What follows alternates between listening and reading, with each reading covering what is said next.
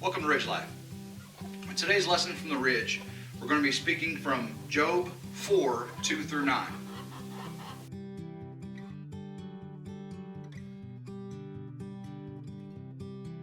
If one ventures a word with you, will you become impatient? But who can refrain from speaking? Behold, you have admonished many, and you have strengthened weak hands. Your words have helped the tottering to stand, and you have strengthened feeble knees. But now it has come to you, and you are impatient. It touches you, and you are dismayed. Is it not your fear of God, your confidence, and the integrity of your ways, your hope? Remember now, whoever perished being innocent, or where were the upright destroyed? According to what I have seen, those who plow iniquity and those who sow trouble harvest it. By the breath of God they perish, and by the blast of his anger they come to an end. Again, that's Job 4, 2 through 9. As we read these verses today, you can see I'm sitting on the back of the old dirty tractor here. Got a box blade on the back, and we use this to work the land, work the dirt, to plow up food plots, and just get the land ready to receive seed and just to grow. And these verses today from Job, remind me of this tractor and what we use it for, and what the results are of what we use it for. In the beginning verses here, you can see where we're being told of a person who has lifted up many, who has strengthened people by their word. Their trust in God has helped them help others. But yet we see whenever they are afflicted or they have trouble, their faith disappears quickly. So as we see here, it says, and you have strengthened weak hands, your words have helped the tottering to stand, and you have strengthened feeble knees. So this person has done so much good by the strength of God, but when it comes to him being afflicted, he says, now you are impatient. It touches you and you are dismayed.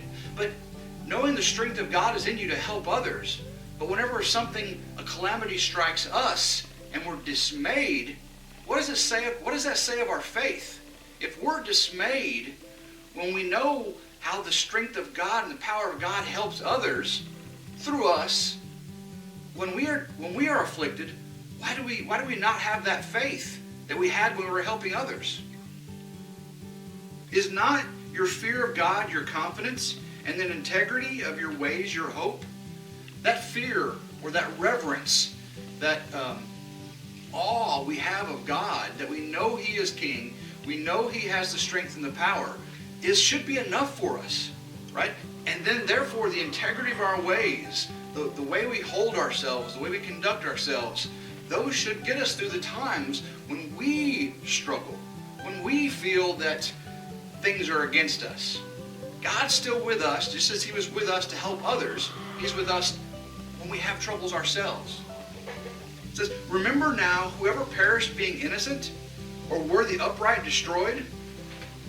I mean, we're just saying here that we've, through God through us have helped others. And we're reminded that in the end, the meek shall inherit the earth. Yes, there's strife, and those who have power may be of the evil one, but in the end, God wins. We win that are with Him, and we're promised that. So why don't we remember that when we're looking inward at our own faults, our own fears, our own afflictions? And then, of course, the most memorable verses here. According to what I have seen, those who plow iniquity and those who sow trouble harvest it. Isn't that true? That those who do for themselves, those who are out always trying to stir up trouble and be the center of attention for their own glory, there's no good in the end of that. There's failure in that. They may be lifted up for a time, but their time will come when they fall. So if you're on the other side of that, just sit through it and be strengthened to know that their time will come. It says, by the breath of God they perish, and by the blast of His anger they come to an end. And that's not for us. That's not for us to do, not for us to judge, or just for us to decide. But we are told here of how that plays out in their lives and in ours.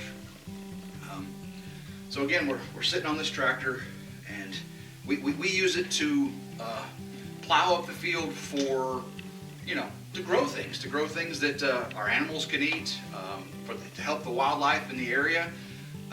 We don't use it to destroy the land, to take all the vegetation away and leave it barren. Those who plow iniquity, that's what they're doing. They're just waylaying the land with the tools God gave them to do good. Because we're all given blessings and talents. And whether we squander them or we use them for His glory, that's up to us. He gives us free will to do that.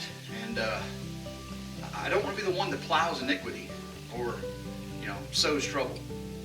So, and I don't think you do either. If you're following this channel, I think you're seeing the things that I see, and hopefully you're enjoying this beautiful ride we're on. I appreciate all the encouragement. We've had some wonderful times these last couple of weeks. The Lessons from the Ridge, I believe, is helping a few. If it helps one, I'm happy. If I lose 100 followers because of it, the one that it helped is worth it. We're not in this to get subscribers. We're in this to have a glorious time and enjoy the blessings we've been given and share those with others. And if you've been blessed by it, I'm very, very thankful, appreciative. If you can, just give me a word of encouragement. If this is touching your lives in a positive way, just let me know. You can, if you don't want to comment on the video, you can email me. My email is in my About tab on my main channel, or you can just click on the RidgeLife Facebook page on my main channel. You'll see a link to it, and you can join our Facebook page, and you can message me from there. So I'm just so blessed by all the outpouring of love and support, and I just want to give some of that back. If you can, just please come along with us. And again, thank you for what you've done for RidgeLife. And please, if you can, just have a blessed day, and may God's mercy be upon you, and go RidgeLife.